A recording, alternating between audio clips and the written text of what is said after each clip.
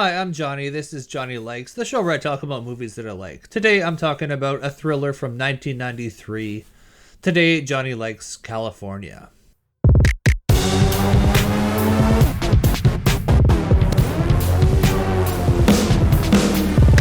tell him, Johnny. You tell the world.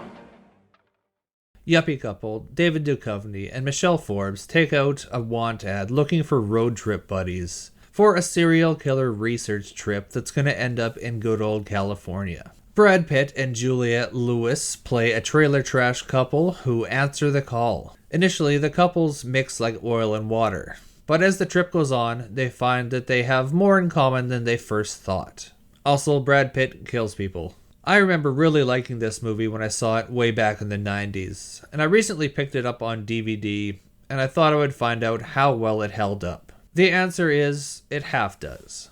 All of our main actors give great performances, even underrated ones. Michelle Forbes is the actor that I'm least familiar with, or at least I thought I was. I didn't recognize her name, but looking at her bio, I've seen her in a fair amount of stuff. Most notably for me, she was Admiral Kane in Battlestar Galactica, which is a fantastic show. Can't recommend that one highly enough. Anyway, I thought Forbes had the most difficult role to play here. This is her feature film debut, and she's just acing it right off the bat. I think this is the first movie where people started to take notice of Brad Pitt as an actor. He'd been in several things before this, but this is the first one where he really shows his chops. He's both menacing and charming as the unpredictable and violent early Grace.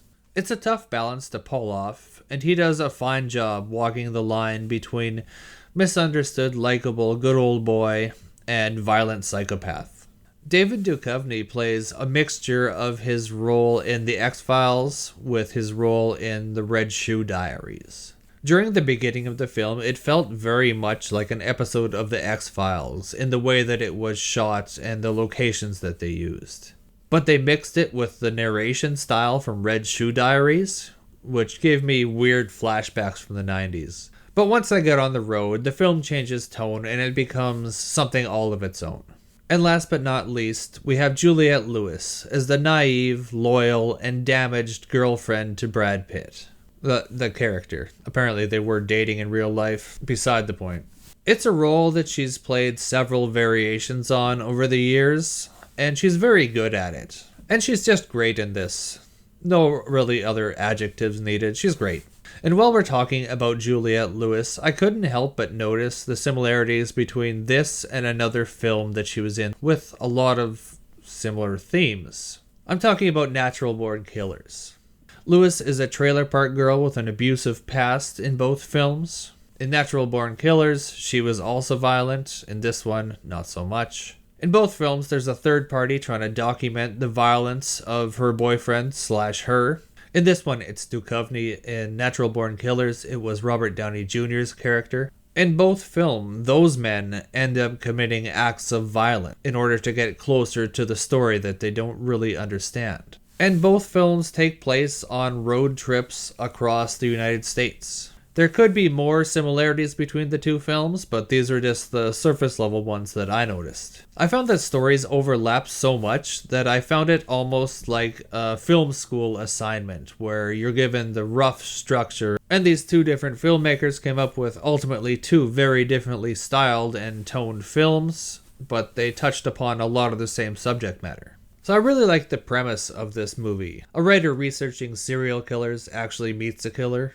The problem with this one was, at least in my mind, Brad Pitt isn't a serial killer. He doesn't plan out his murders or even especially try to cover them up or get away with them. But I think the film would have been a little bit more interesting if Pitt was a little bit more calculating in the way that he executed his murders. Instead, he's more or less a mad dog. I would have also liked to see Pitt seduce Duchovny into actually killing somebody. I think it would have been a bit more interesting if Duchovny had been a bit more morally ambiguous, instead of a clear-cut good guy with strict morals.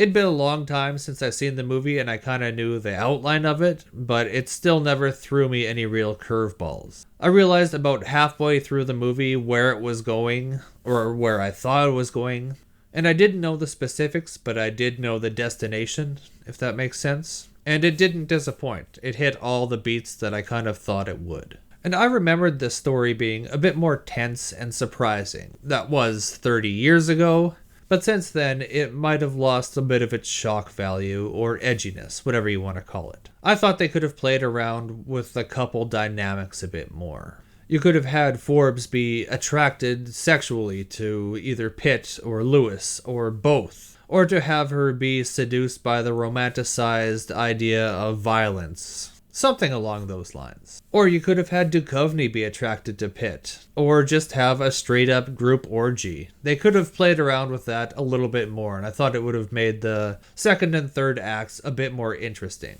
Just a little something to spice it up a notch. So for me, there were 3 standout moments in the film. First was where Pitt bottles the guy in the redneck bar who was hassling Duchovny. Let's just cool it, man. Hey, asshole! This ain't lucky lager. I think we could have used another scene similar to this to highlight Pitt's explosively violent side. We saw the one scene where he kills the guy in the washroom just to get some money, but I don't think that really expressed it enough. We could have used another one. The second scene I really liked was when Forbes' character sees Juliette Lewis come out with her single white female style copycat haircut, and her face is just priceless. And the third scene was where Lewis is explaining to Forbes why she is staying with Pitt's character. It's a very powerful scene, full of emotion, and Lewis just nails it. Overall, the movie is still quite watchable. The performances are great, and the story is still fairly engaging. It hasn't aged super great. It looks and feels like it did come out in 1993, and I think I'm going to rate it a 3.5 out of 5. I found the story to be around a 3, but the performances were at least a 4. So what did you guys think about Kalifornia? What do you want to see me talk about next? Let me know in the comments section. And if you want to like and subscribe while you're here, it's quick, free, and relatively painless. If you don't want to, that's fine too. I understand. So thanks for watching me talk about movies for a little bit, and you can tune in next time to see what else Johnny likes.